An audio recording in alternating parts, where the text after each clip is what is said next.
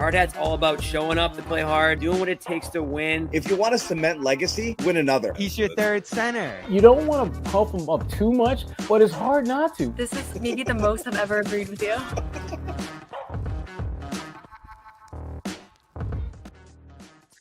What's up, everyone? This is Noah Dalzell, and I'm here with a special guest, Jack Simone, who is going to be filling in tonight. Bobby Manning will be joining hopefully shortly from the airport. We're here in Las Vegas after the Celtics fall their first loss of Summer League 196 to the Miami Heat. Personally devastating because I was really looking forward to covering the Celtics Summer League playoff run championship. And I think that's pretty much out of the running now because they've lost a game, and I think only 4 teams actually make it to that point. So, Jack, welcome to the show. What are your initial takes from this game? I love being called a special guest, first of all. So thank you for that amazing intro. It's disappointing because there's pretty much no chance that they get to make a finals run now or a championship run now because there's like 8 undefeated teams left, and that just seems out the window. My initial take is they missed a lot of shots. Like they just missed a lot of good looks, and I think obviously part of it was they gave up a few too many shots at the rim. There was this whole stretch, and I forget if it was late third or early fourth, where they gave up like 4 transition buckets to Johnson in a row, and he was just like dunking. He had like 5 straight dunks, and so there were obviously stretches like that where it was a problem. But they missed a lot of shots. Baylor Scheierman got a lot of good looks, and that's kind of been the story of his summer league so far. He was 4-13 from 3. Hugo was 1 of 7 from 3. Miles Norris was 2 of 7 from 3. Like guys who usually make shots.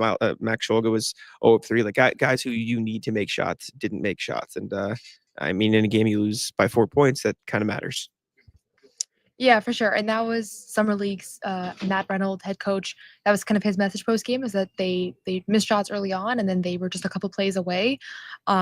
It's kind of been a theme for this group. Like nobody's had a spectacular offensive Summer League run. Looking at Baylor, who I think had probably the highest expectations. I actually loved how Baylor played today. I know we're going to talk about kind of some of the main guys, but I loved his competitive fire, his intensity. You could tell how badly he wanted this one, which is obviously, I think it's a great quality for a Summer League game. And he was telling people what to do, and he was leading, and I was sitting right in front of the Celtics bench. But he struggled. He has not found any offensive rhythm through 3 games here, 7 of 19 tonight. For Hugo, he was so down on himself. And I know, Jack, you asked him about kind of what that was all about, but he's been down on himself both games. Even the first game that I thought he played pretty well, he was kind of hyper-focused on the missed free throws. Today, I think just across the board, he did not look great. Like he just struggled, turnovers, kind of looked a little bit overwhelmed. I don't know, but he was frustrated the entire game talking to himself. But through 2 games here, Jack, what are you thinking about Hugo and just kind of like where he's at in some early impressions here? Hugo's a perfectionist. Like it's yeah. He could shoot 8 of 8 from the field, 5 of 5 from 3, 8 rebounds, 10 assists, but have 1 turnover in the last 30 seconds of the game in a game they lost by 1, and he wouldn't care about anything else.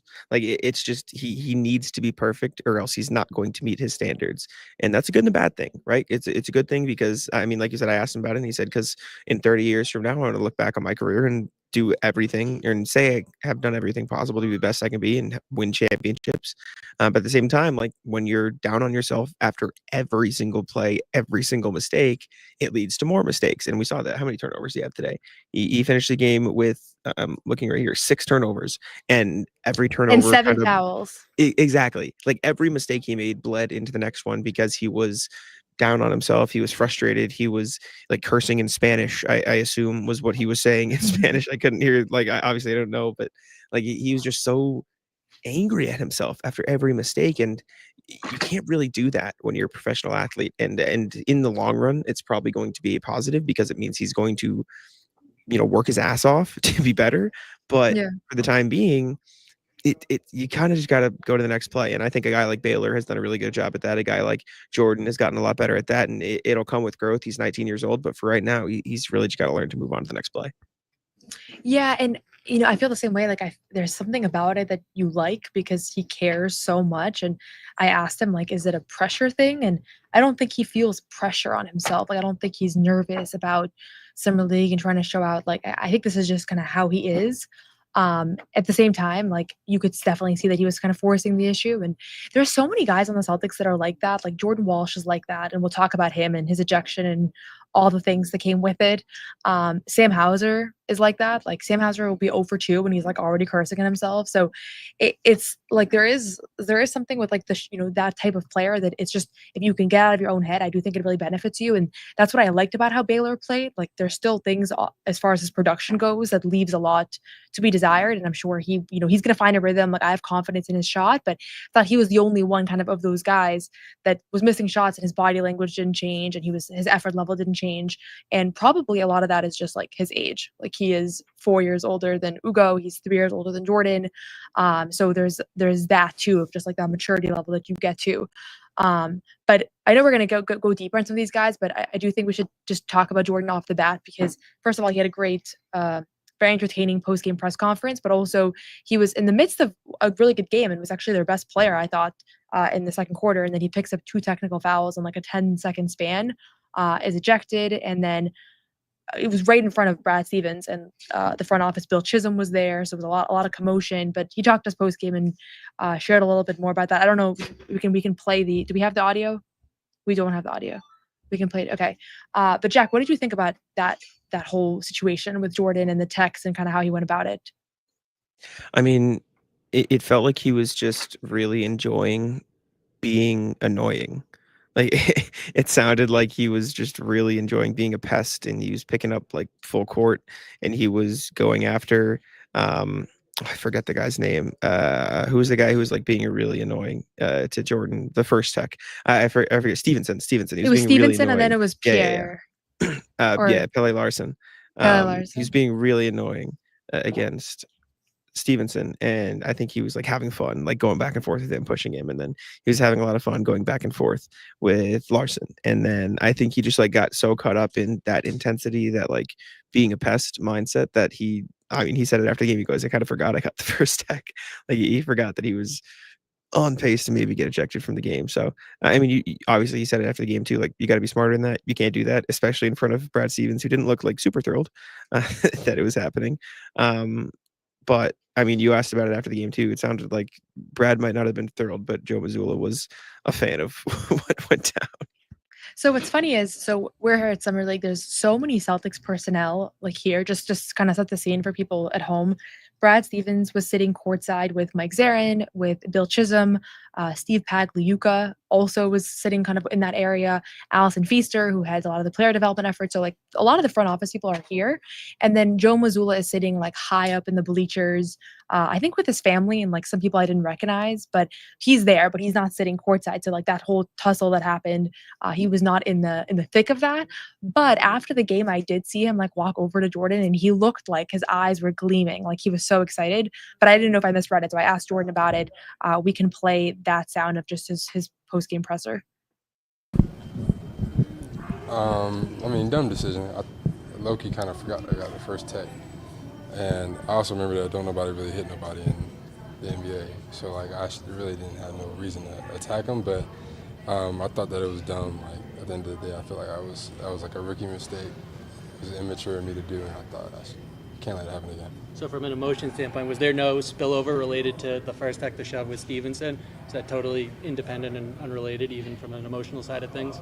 No, I think there was some carryover, but I don't think it was enough to fully like make me do that. I think that it was also something else. I don't know what I was mad at, but I was mad at something. Jordan, you kind of scored. Like you probably didn't realize you were going to get ejected because it was the second tech. But after, you kind of like you liked it. Like you were like, yeah, bring it on. Like what? Are you kind of? Do you feel like you're getting picked on, or are you just kind of like, hey, I got to show. People may think I'm too nice a guy. Like I need to show. Like I'm an MF out there.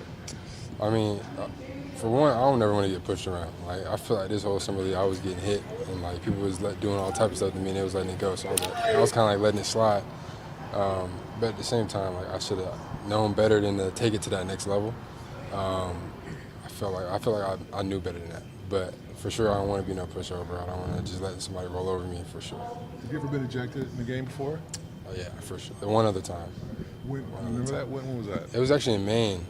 I got ejected once because I think I slapped the ball into the stands or something like that. I saw you with Brad Stevens after the game. What was your conversation like with him? What were you trying to tell him after that? Oh, for one, I wanted to make sure everybody was over there was like okay, because I kind of like caused that. But then I also wanted to like apologize to him just because, you know, that's not really me. Like I'm more of a professional than that, more mature than that. So I just wanted to make sure that he knew that and that, you know, this wasn't going to be a continuous thing. I know Joe's always talking about fighting and all that. I saw him come over to you after the game. Is there something about it that he liked to seeing that passion out of you, or is it like it kind of went into the negative side? Yeah, he told me he loved it. Yeah, as soon as I got ejected and I got to the locker room, I checked my phone. He was texting me. He was like, "I love this out of you." And so, take that for what it is. But Joe was hyped for sure. Is that the general feedback? They like you showing that side of yourself, even though you don't obviously want to get ejected? I mean, he liked it. I mean, I just didn't want to get pushed around anymore. I mean, that was me. But Joe liked it. I don't know if Brad liked it, but we'll see. We'll see what happens. Jordan, you were picking him up like all the way down the floor. Do you like being like an irritant on defense? Like, do you enjoy doing that? And I saw the scream after the play too. I don't think you knew you were going to get attacked, but like, do you like enjoy playing like that? For sure. I feel like I'm trying to get under people's skin. Like I'm trying to get them confused. You know, throw them off their rhythm. Ended up happening to me, but like I want to disrupt everybody. You know, so I want to take you out your rhythm. I want to take you out your plays, your sets. I want to speed you up. But yeah, that was the original goal, though, for sure. How different does this feel? You know, I know you guys are trying some new things, cutting, playing a little bit faster. You've obviously been here a couple years. Like, how do some of the new things you're trying feel? I mean, I like it. It's a different brand of basketball than what I'm used to. I feel like usually with the Celtics, whenever we're in a pin, just like give JT the ball, let him cook, or get him a ball screen, let him cook. Here, it's kind of like we're running ball screens, we're getting everybody activated. We're trying to even emphasize more, you know, getting the corners activated, because I feel like once you're in the corner on our team, you're kind of just stuck there. And so we're trying to find ways to get them into the offense, get them into the defense as well. Jordan, how is been your experience with Hugo Gonzalez as a teammate on and off the court so far? With Hugo Gonzalez?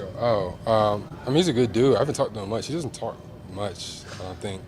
But That's such a Jordan most comment. of the time that we've interacted has been on the court. He plays hard and he plays defense. It's so funny, like when I hear Like Baylor, Jordan even when he's talk missing about shots, he seems like anything, because I I think don't we can think cut away from this. Yeah, it feels like obviously there's media training, but at the same time, like you can see him fighting the urge to say like some of the things he actually wants to say, and it usually comes out in a wash in terms of like half professionalism, half like I forgot I had a second tech. You know, say he's like I apologize to Brad, but also like, oh man, I don't know what's happening, but that was very entertaining press conference. And welcome, Bobby, to the show. Bobby, are you at your gate? I'm good. I'm at the gate.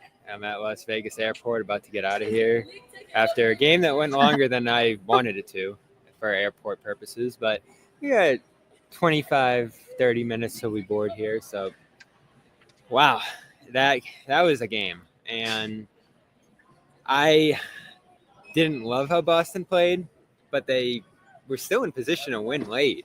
And I know we're talking Jordan. I've liked Jordan's overall approach to Summer League so far, so I guess I'll start with him before we get to the Hugo struggles. But this was a blip on the radar, I feel like. And we talked about it during the game, though. He's struggled at times. I think he's admitted it, to deal with his emotions throughout the flow of the game. That was obviously a moment where he just lost control. That was obviously, I guess he didn't know he had the first technical, he said, but he put himself in position to get ejected from a Summer League game, certainly with a shove like that. Maybe that you get away with that during the regular season or certainly the playoffs. But it was a tough look, and I'm sure you guys mentioned to do it in front of the front office when you have a very lightly guaranteed contract and you're trying to angle for some minutes this year.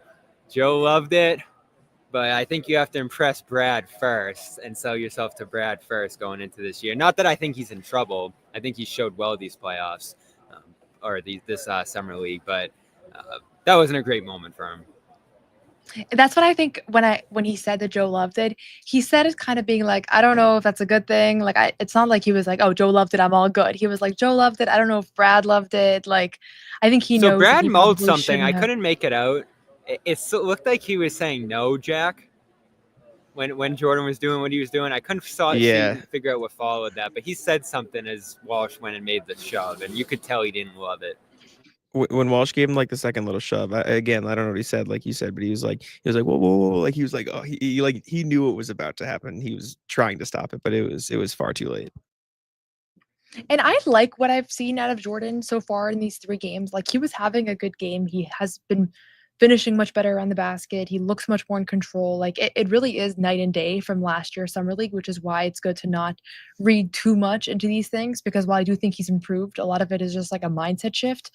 So I don't think it was the end of the world that this happened. I don't think it'll impact things too much long term, but I honestly just wanted to watch him play a little longer because he is one of the few guys on this roster that has a viable chance at being in the rotation this year. I think it's him, Baylor, Hugo. I think is going to need a little bit of time to acclimate. So even if it's a little bit of main time, or I don't think it's going to be you're just going to throw him in at 19 and throw him into the game. But like I guess going into Summer League, we were talking a bunch. Like, is it Baylor or is it Jordan? Like, which of those guys has the leg up?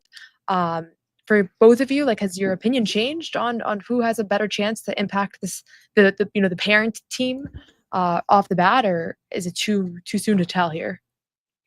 Yeah, I don't think I've seen enough from Hugo. We've only seen 2 games, and you saw a decent game and you saw a struggle-filled game here. This was messy from him, and I don't know if it was a rhythm thing or the fatigue we've talked about or just making the reads inside. I know he said in his post-game presser that they were getting handsier in the lane than he saw in Europe. So there's obviously a big acclimation process going on here for him. This was messy. He looked out of control for much of this game, and this is the stuff, along with shooting concerns that he brings, coming over, that will make him a difficult fit immediately, especially with the system that the Celtics are going to run. And you heard Jordan talk about the changes they're making a little bit there too. I think those will benefit him potentially. I think it'll benefit Hugo as he figures things out overall. But Walsh is undoubtedly, just from being here 2 to 3 years, in a higher position, having even played NBA games and some real NBA stints at this point, to get in the games initially, at least initially, to start this year. And I like how his shot's looking. I like his poise so far in his decision-making overall. And there's some good things Hugo has done. But I don't know if you agree with that, Jack. I think Walsh is a little ahead of him right now. Are we talking just Walsh or Hugo, or are we including Baylor too? Like as a 3? Baylor too. Well, Baylor's undoubtedly ahead of both of them. That's what I was going to say. I think Baylor is definitely ahead of both of those guys. I mean, he hasn't shot the ball well at all, obviously. But he's done so much more than that. I mean, he had, I think, 8 assists in the last game, 9 assists tonight, 5 steals tonight as well. Like, it's just the point that he is playing without any lack of confidence. He is doing a great job handling the ball. I think they're going to need some of that ball handling too next year, at least as a secondary creator, right? Because like everyone's like, oh, they have Pritchard, they have Jalen, they have Derek. That's easy. But like, if you have those 3 guys as your primary offensive creators, you still need guys who can be like the secondary creators on the floor. And without Drew, without Al, without, Luke, KP, and JT, you need other guys to step up into these secondary creator roles where if they double team Jalen, you need somebody to make a play off the ball and to put the ball on the floor and make something happen. That's Baylor has proven that he can do it at least a little bit. And the other thing to consider, like as much as he is struggling in these games, he's not shooting that well. Like he's at least handling the ball.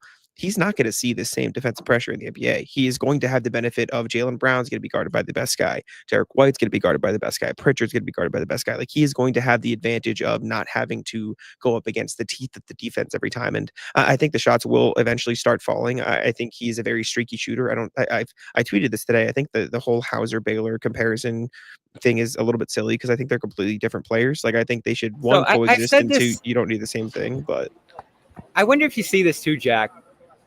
He almost changes his approach sometimes, or his form, or at least his positioning where he's shooting from every time. And I feel like that's where the inconsistent shooting stemming from is his body's not in alignment all the time. And he might. I think he's more comfortable.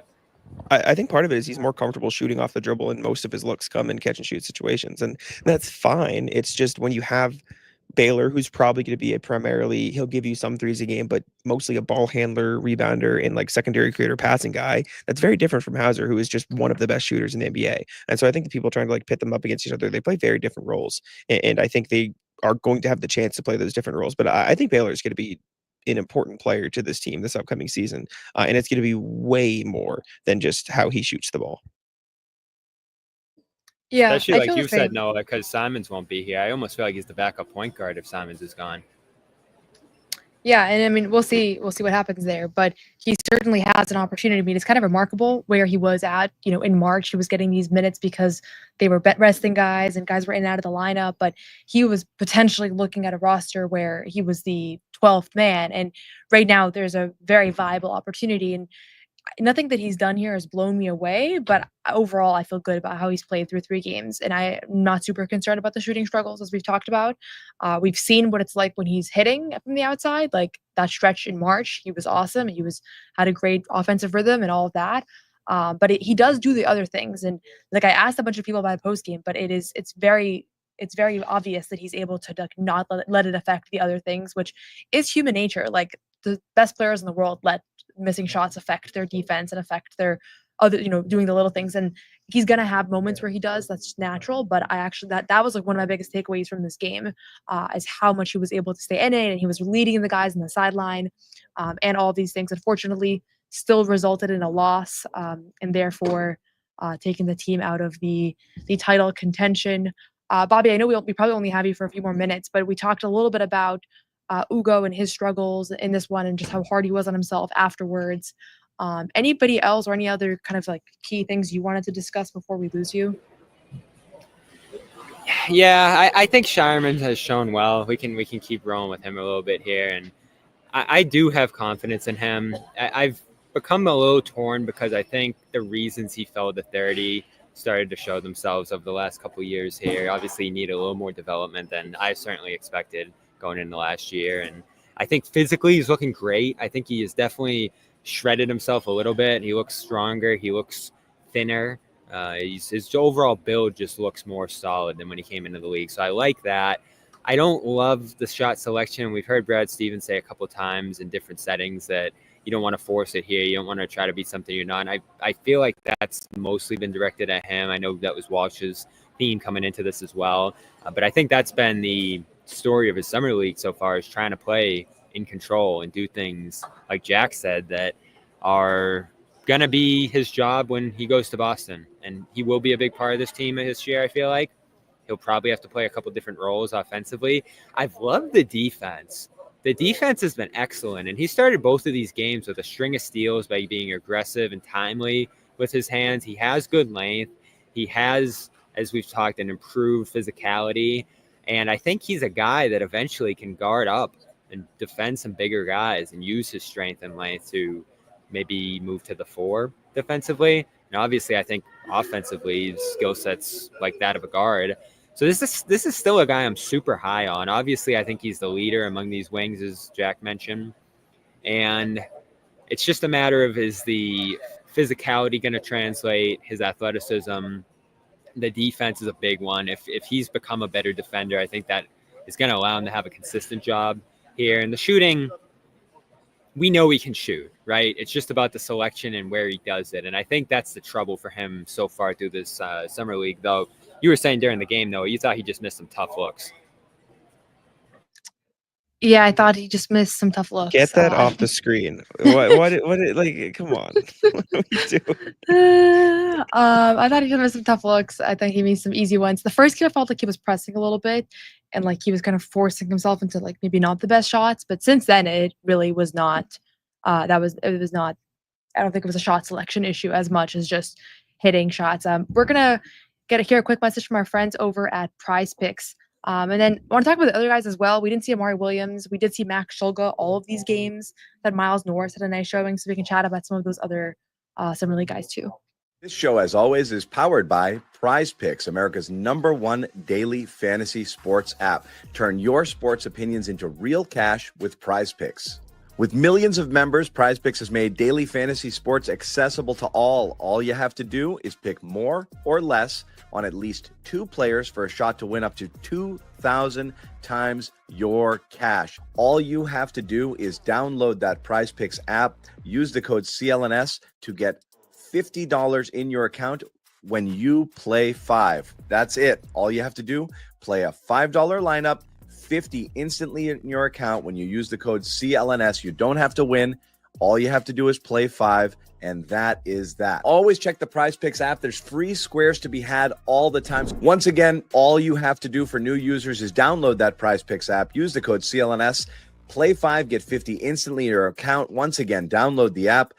Play 5, get 50 instantly when you use the code CLNS. Prize Picks, run your game.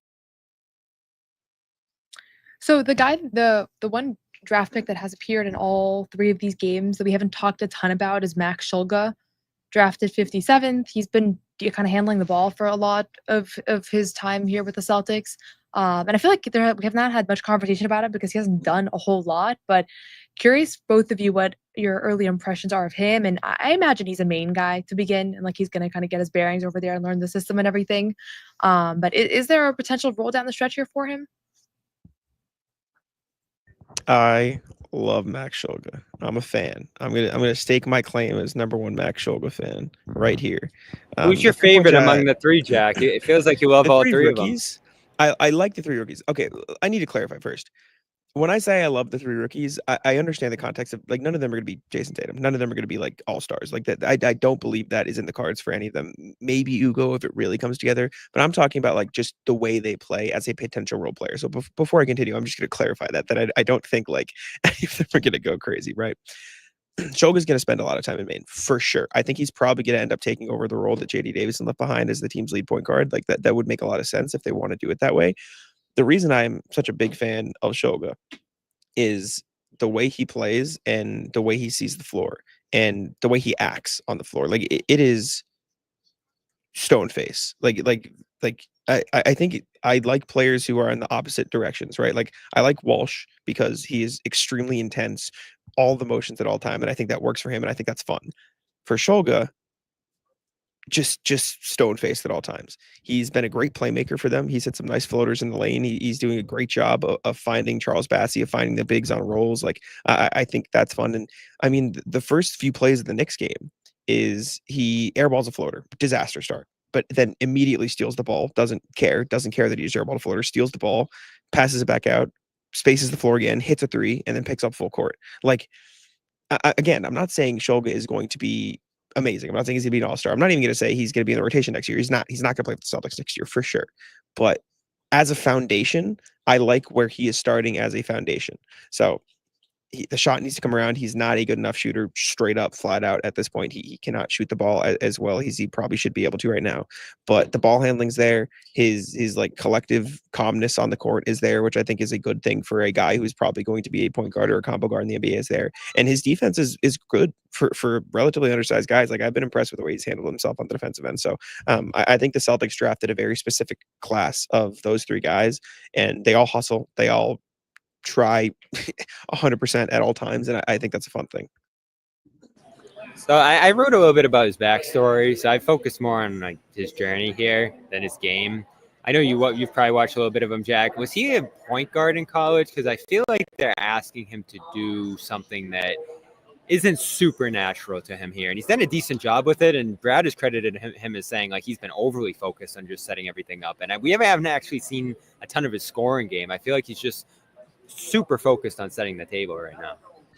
I haven't watched a ton of him at VCU yet. I've watched a lot of Amari and Hugo for like the videos I make, but I'm going to do Shoga probably later in the summer.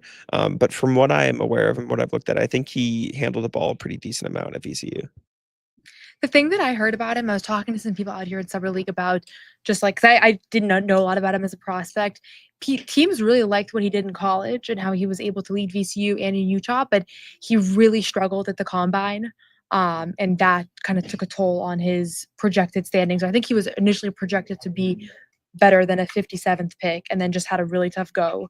And I don't know what that means. I don't know if that's indicative of some larger pressure cooker thing or if it's just he had a bad week and it was a bad week to have a bad week. So that's just a little bit of. Brad did call their head coach Odom leading up to the draft and made him aware that this guy was on their radar and this is a guy who could end up in Boston. So they definitely looked at him ahead of this draft and identified him as a guy that they like. I think, like Jack said, there's an uphill battle in NBA minutes here. I don't have a great feel for what his NBA skill is. You've said that a ton, Noah, right? These guys need to have one skill that you feel great about fitting in at the NBA level. And for Hugo, it's the versatility on the defensive end right now and his size and physicality, even at 19. For Amari, it's the passing, obviously. And for Shoga, great shot maker in college, but was it elite enough shot making to thrive at the NBA level, especially at 6'4"? That's the big thing, Jack. He's not like a Hauser at 6'8". He's shorter stature as a guard here. And so guard ability, he's high enough to be an all guy. How you holding that, man? And even just like standing next to him, like he's not like a big NBA player. Like sometimes on the roster, these guys have whatever height they have listed. But when we met him, like when all the rookies were introduced at the YMCA in Boston, I was thinking to myself, like, he's not really built like an NBA player. Like he's a little bit undersized. Like that's going to be a little bit. He's not built like that. I just think, that's another thing for him to have to overcome. Like we meet Hugo right away. He's 19 years old and he has the height, he has the strength. Like it seems like that part is going to be an easier transition. But we'll see. He's not going to become anything off the jump, but I do think that he's one of those guys that might hang around. And again, they're going to offer him a 2-way contract. Has been the reporting so far. Nothing's official yet. And they did have Drew Peterson in that slot for the last year and a half. I think fans are probably familiar with Drew to an extent. He had some limited opportunities in Boston, but they feel good enough about him to give him that spot and to lose Drew, who's not playing Summer League right now, and to give somebody else an opportunity. So we'll see there. And then Miles Norris, the returning I did want to talk player, about him. Yeah, why don't you share your thoughts, Bobby, and just Miles? I liked what Miles did tonight. There's things I love about his game, but it just hasn't come together in like the dominant fashion that I want to see. Yeah, he's a great shooter, and Reynolds said that too. He almost swore when he said it. I love his shot. It's so smooth. It goes through the basket very softly. High arc with the long arms. He's tall, so he can get a shot off. And there's a ton to like there. And they even slid him over to the 5, it looked like, at one point in this game. So I don't know where his best position is defensively. I know that's a worry with his game, is he's not a great defender at this point, but he had a big block late, almost a game-saving block for them at that point. And he's just, I think, another wing who can put the ball in the basket here. And I don't think he's too far behind these other guys that we're talking about here. I actually view him as a guy that could break into some NBA action this year, despite the fact that he hasn't yet. And that's the big thing with him, right? He's been around for a couple years. He's a little older, and he hasn't played any NBA basketball yet. He's tore up the G League, and he's put the ball up a ton from 3 and hit those at a great rate. So that, if you have size, can defend a little bit, can hit threes, you're going to play in this league, but he hasn't. So we'll see what's stopping him here as we get in the training camp. And I think they gave him a 2-year, 2-way deal, which you don't see a ton. So they obviously really like him.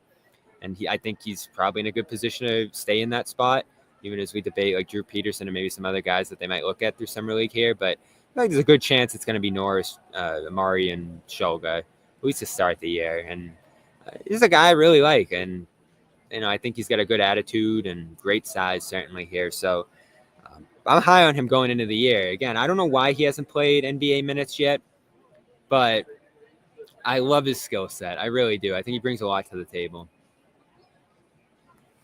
I was relatively lower on Norris after the first game that he played, because of the defense, and it's like, where do you put him? But he showed some flashes of like how you can understand where he could fit in on the defensive end in this one, I think. And obviously offensively, I think if he can eliminate some of the streakiness from his game, he's there. I mean, he's massive. He's great at cutting to the rim. He's a freak athlete. He hits shots. Like it's all there. It's just all about like, can he stay in front of guys defensively? And if not, can you find him the places to play off the ball to where he can use that length? He obviously got in a couple passing lanes today, had the big block you talked about. Like, you can see it with Miles Norris, how there is a path for him to playing at the NBA level. I think maybe you need a little more time cooking in Maine just to get him more familiar with how the Celtics play defense and how they want to do things, just because he only had that half season.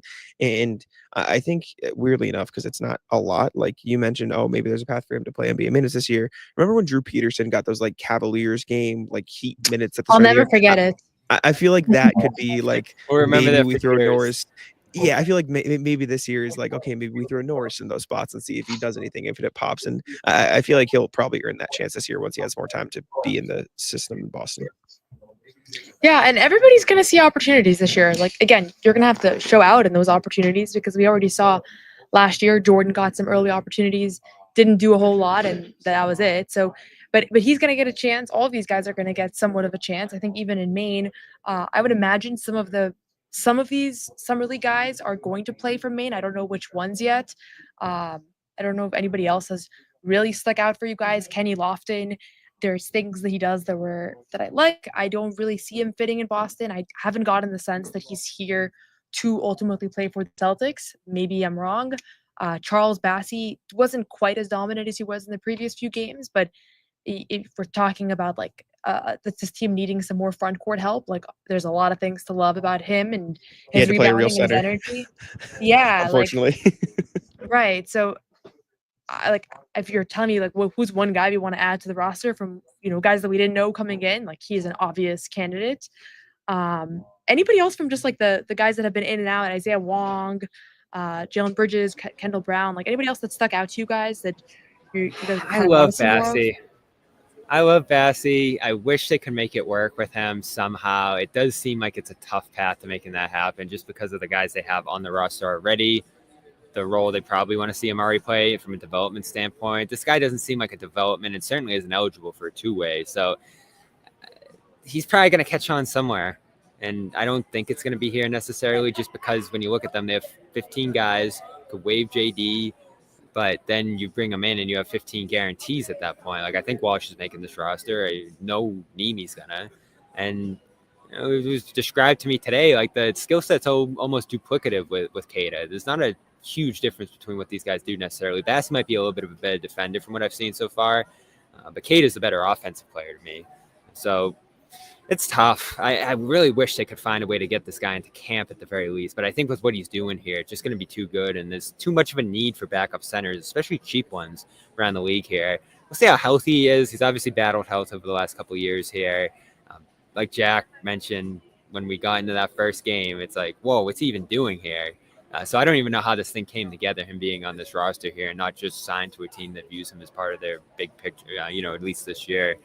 So he's been exciting to watch. It's been a pleasant surprise to have him on this team. I think he's helped other guys. The alley-oop, I think Scheierman threw to him at one point, or Shulga rather, threw to him at one point in this game. Like when you have a nice release outlet like this guy's been at times, helps everybody around him. So whether he stays or not, I think he's been helpful to the guys who have played and are going to be part of the Celtics this year.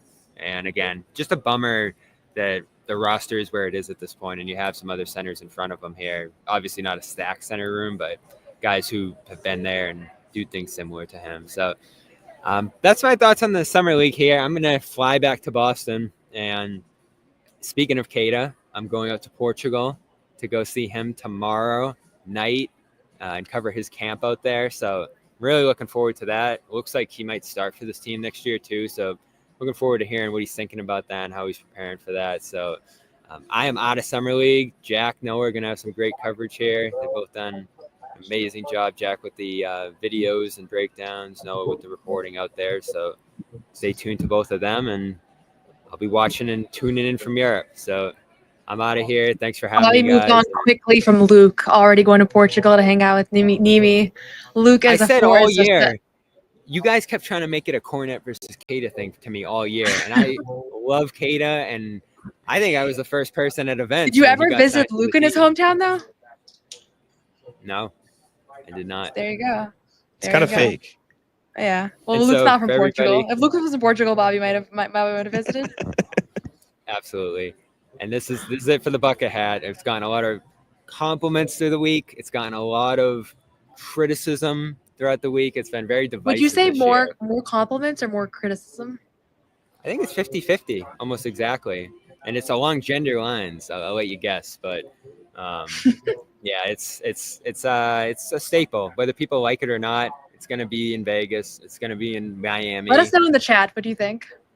Yeah, give some. It's actually a we can do a dangerous vote on it. We can do a vote on it. But yeah, I'm out of here. I'm about to board this flight. Thank you guys, and I'll talk to you soon.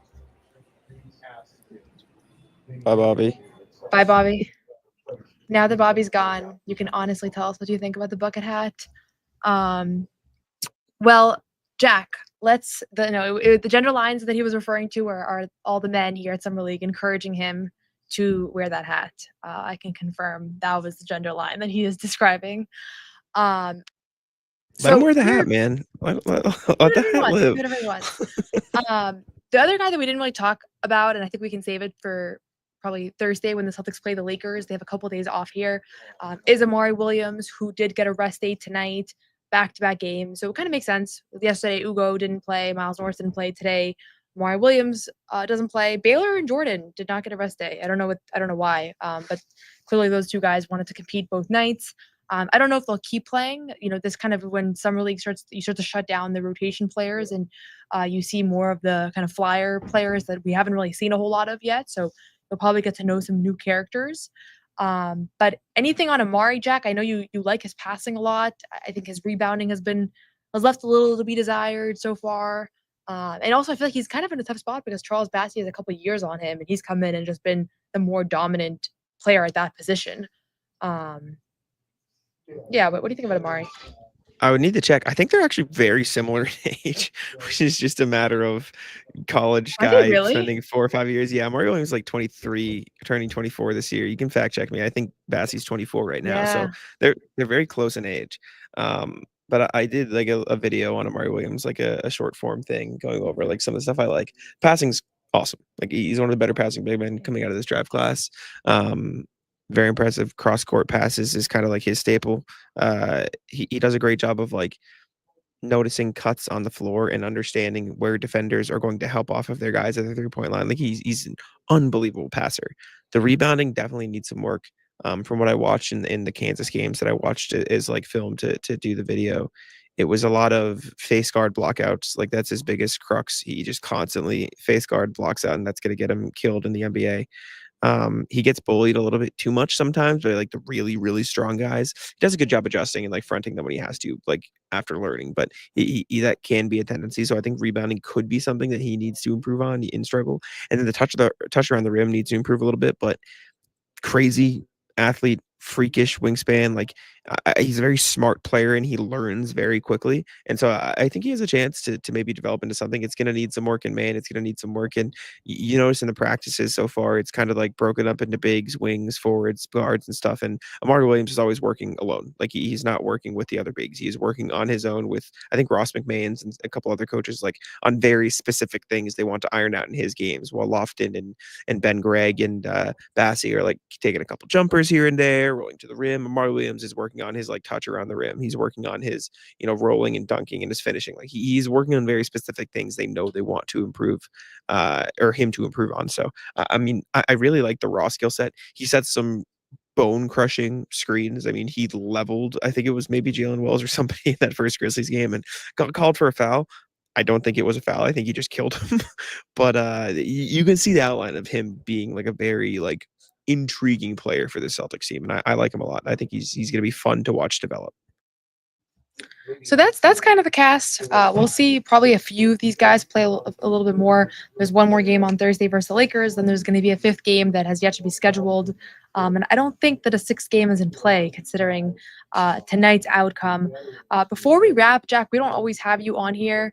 I'm just curious for just as this offseason has taken shape and, obviously Celtics have lost some key players. Where are you at with where this team is going to be next year? We've had a lot of debates here with John, with Jimmy, Bobby, myself around, is this team going to tank? Is this team going to be bottom of the East? Is this team going to be a top 5 seed? Like it's really is hard to project. Like I change my mind depending on who the last person I spoke with is.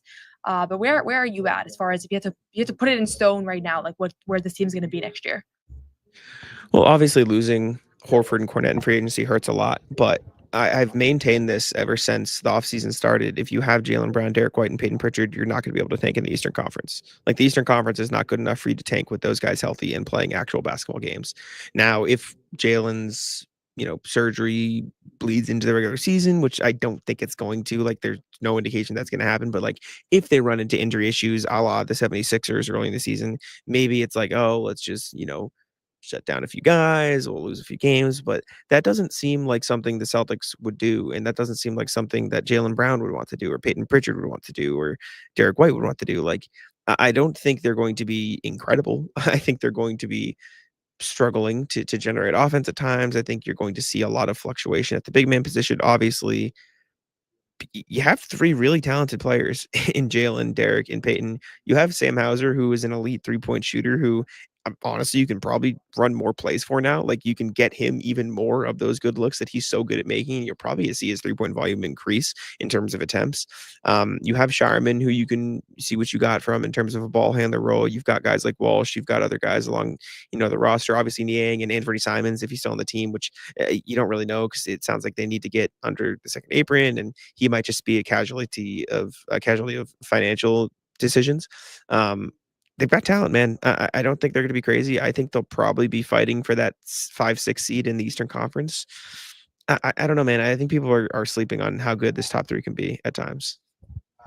I'm so curious because that could end up being like right on the money, or it could be completely wrong. Like, you I could might look be, like a complete fool. Yeah. Yeah, and I haven't actually like put in pen my own prediction on next season, in part Oh, because so of the you're cheating and you're getting everybody else's Exactly. before you Well, put like, yours down. here's the thing though, Yeah, I'll be yeah. on like 100 more times, Sure. Like, we Yeah, might not of have you back course. on, especially based on how today went. I don't think we'll have you back on. So we just wanted to get your prediction while we still could. So I 5th or 6th seed is Jack's prediction. It feels, I actually don't think that's crazy. I think if John was here, he'd probably say this team's probably not going to be there. And some people might say that's the worst place you could be, right? As a 6th seed with no real pathway towards making a playoff run. I don't know if I agree with that. I think this, that type of experience could be a really good experience for a lot of the rotation players. But they're going to have a lot of things are going to have to click for this team to be a top 6 seed. Like, defensively, there are gaps, as you mentioned, the front court. A lot of the players that I really believe in, like Jaylen Brown, Derek White, Peyton Pritchard, they're going to not have the same spacing that they're used to having. So how much is that going to impact them versus how much do you benefit from having the ball in your hand more and having more opportunities and better rhythm? And like I had a story come out with Jaylen that we talked about that on the show yesterday, but Jaylen's going to get like game winner opportunities now, like stuff like that. Like, how much does that impact your confidence and your rhythm and all those things? So, not that he'll take all of them, but it just changes things. So we'll see where that goes. I know some people are looking forward to the tank and the Celtics trying to get like a top 3 pick. Other people, that's the last thing they want to see. I hate tanking across the board in the NBA so much. I hate when the Celtics play the Jazz and you go in the locker room and like they all are totally fine in jeans. So I don't like that. That's a thing that happens. I bring it up all the time, but I also understand that that's the way teams get better. And they don't have a ton of like super high ceiling young prospects right now. So I do understand the desire to get there. Any last thoughts, Jack? And actually, no. Before I give you the closing sentence, I just want to say we have so much content. I'm going to be out here the rest of Summer League. We have so much content on CLNS Media, on our channel, all the post-game press conferences. If you want to see from what head coach Matt Reynolds is saying, we have all of his press conferences. Ugo has been great. I really enjoy talking to him. English is not his first language, but his English is much better than I expected. And you can tell that you can get a lot from him just by talking to him. You can glean like his intensity and everything. So check out all those press conferences. Check out our podcast, my podcast, You Got Boston podcast. Jack, How About Them Celtics? Big 3 podcast. We got a lot going on over here. So I know it's the off season, but I am going to be here through the rest of Summer League. So we'll have plenty of more content in the coming days here, as well as we have some sit downs with some experts from around the league, Michael Scotto, Jake Fisher, guys that are going to kind of shine some light on some of the rumors that you've heard. And we did have a sit down, Bobby and I, with Hugo Gonzalez on the first day here. We threw in some Spanish. I'm going to say I think it's a little bit of a hard watch. But watch it for yourself and decide, including myself. That's not just a jab at Bobby, including myself. Jack, did you end up catching any of that? So I did my little like film breakdown with Baylor as you guys were doing it, and after I wrapped up, I like looked over and I saw all 3 of your faces as you guys were trying to talk Spanish, and I had to like turn away because I would have start laughing. I think it was good for rapport. Like, within 2 minutes of his first scrum at Summer League, like, we were both laughing at Bobby together, like I felt like that was kind of a bonding experience. But yeah, it's one of those things where it's like, obviously his Spanish is his first language. So it feels like the nice thing to do is to like sprinkle some Spanish in there, but his English is just so much better than our Spanish that it's kind of laughable. But check that out. Check out, Bobby had an interview with Amari Williams. He talked about the origins of his passing. So we got a lot of good stuff. Jack, is there anything you want to plug on your end? Not really. Podcast, How About Them Celtics? I do videos. That's just on my Twitter, TikTok, YouTube, Instagram, which is Jack Simone NBA. And then the writings at Hardwood Houdini. But that's about it. Thanks.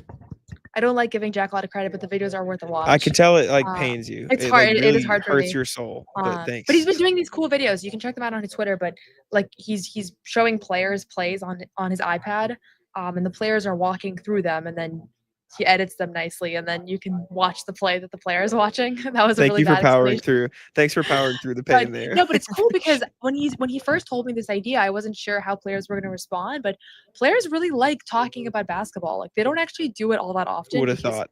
Normally post game. Well, it's funny because I don't think Joe Mazzulla loves talking about basketball as much. Like post game, like he doesn't like being pushed on like a lot of the technical things.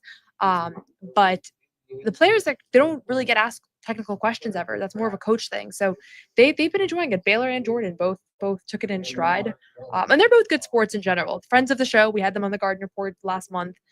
Both took our silly questions and ran with them. But yeah, I think that's it. No reason to go on too long. I know it's a little bit later on the West Coast. It's been, I don't even know how it feels right now in Vegas. I feel like all the days have been one long day. I'll just say one last thing, like just summer league observations and talking to people. When I say people, I mean like front office executives from around the league, like media members. The general takeaway that I have 2 takeaways. The Celtics really weren't very close at all to trading Derek White and Jaylen Brown.